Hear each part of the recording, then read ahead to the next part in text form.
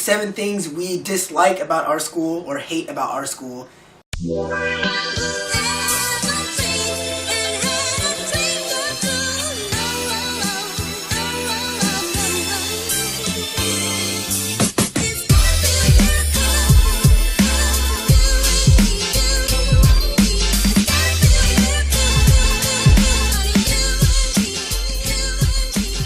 Good morning, guys.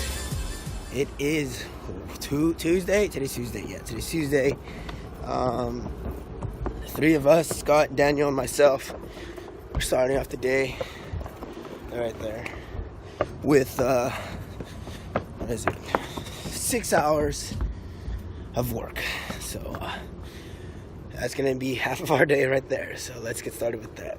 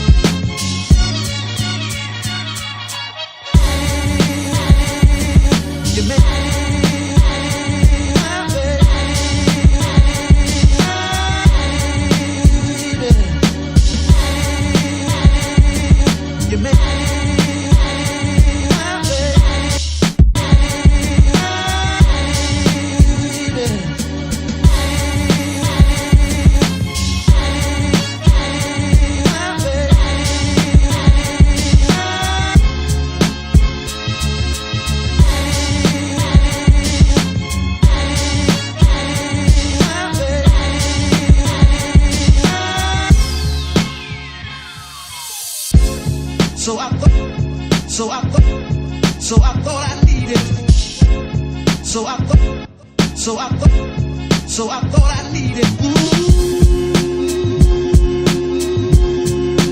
Thought I needed. So I thought I needed.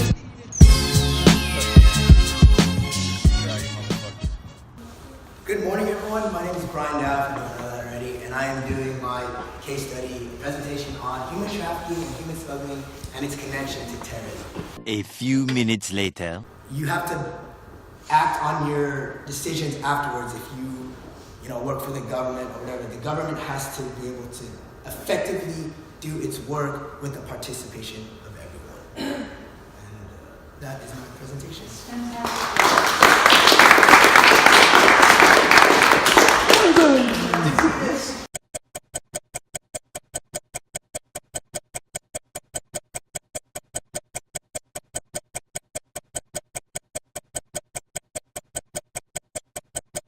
Alright guys, so now it's time to get to the point of this video. So the video is going to be the 7 things that we don't like about our school. I mean, like, hate's a big word. 7 things we dislike about it. So we're going to go back and forth here, Scott and myself. The first thing that I don't like is about Cal Maritime is the uniforms. Now, the uniforms that Scott and I were issued, and Daniel and the current underclassmen right now, we were given what, Patriots? We were given Patriots, and the material was kind of janky and like cheap. So like buttons would really, dude, I'm recording. It's kind of cheap-ish.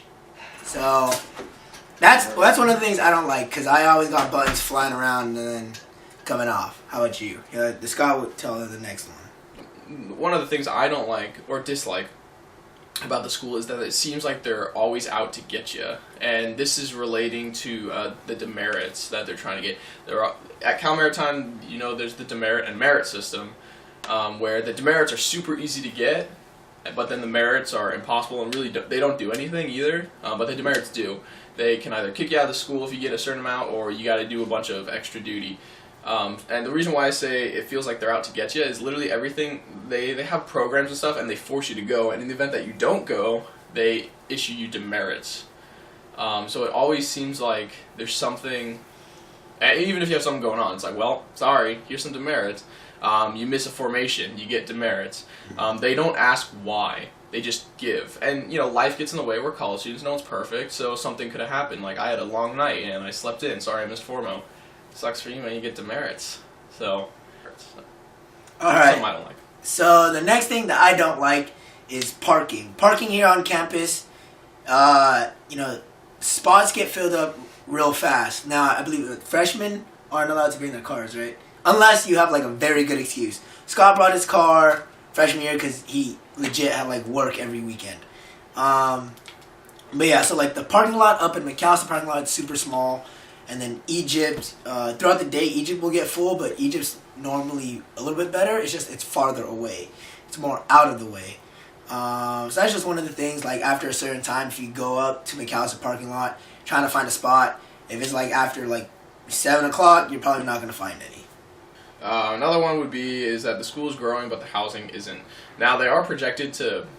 Well, okay, basically, yeah, let's just start with the fact that the school's population is increasing every year. More and more freshmen are coming in, and less seniors are graduating. So it's the whole idea of finding housing for everyone is getting more difficult. They are planning on building a giant super residence hall in the near future, but let's be realistic. If you see the plans, it's probably not going to be completed for the next decade. So yeah, so housing is a bit tricky, and yeah, especially for, like, off-campus too. If you're trying to apply for off-campus. Oh, that's what that was. Yeah, these are worded poorly. I'm sorry. That's what we're trying to say. But yeah, off-campus, like, the school doesn't really give off-campus because they probably want to just take your money, so you pay for housing, or like on-campus housing. But as the school grows, like Boise, we can use Boise as an example. He was trying to apply for off-campus, but he couldn't find any. But he was still looking at that time. But he just couldn't, so they moved him back. But that's because they gave him. Some people, when they apply for off-campus... I think that's what we were actually going with this, is the fact that the whole application process for off-campus housing is really bad. Yeah. You basically hear whether you get off-campus housing or not by the end of the year, and by that time it's too late. It could be too late. Yeah, because what we're trying to do, we're trying to go off-campus next year, and what we want to do is take over the lease somewhere around mid-semester next semester. But we're not going to be able to do that because we don't know if we're going to get granted off-campus housing. So it's kind of a flawed system. It kind of puts pressure on the people going off campus to look for a house ASAP and get one, because, well, you only got 3-4 months to look for one, and if you don't, well, you're back on campus. So, all right. The next thing that I don't like about the school is that the GSMA major, whether that's global studies or international business and logistics, were kind of looked down upon by the other majors and kind of like administration. Now, I say this because, like, if you go to events like the career fair and stuff like that, all the booths are mainly for engineering or marine transportation. Yeah, you'll get, like, 1 or 2 things for, like, GSMA, but other than that, it's, like, law enforcement and military. And if you're not looking for those, like, career paths, then you're kind of screwed, and career fair won't really help you. Another thing is, like, for engineering and deck, they have their co-op. They don't have a co-op or, like, internship. Commercial crews. The commercial crews. The school helps them find a company based off of their their grades and all that stuff, and helps them find something to go on this commercial cruise during the summer. Whereas for global majors or IBL majors, we have to find a company ourselves, and then we have to propose it to the administration, and they have to accept it in a way.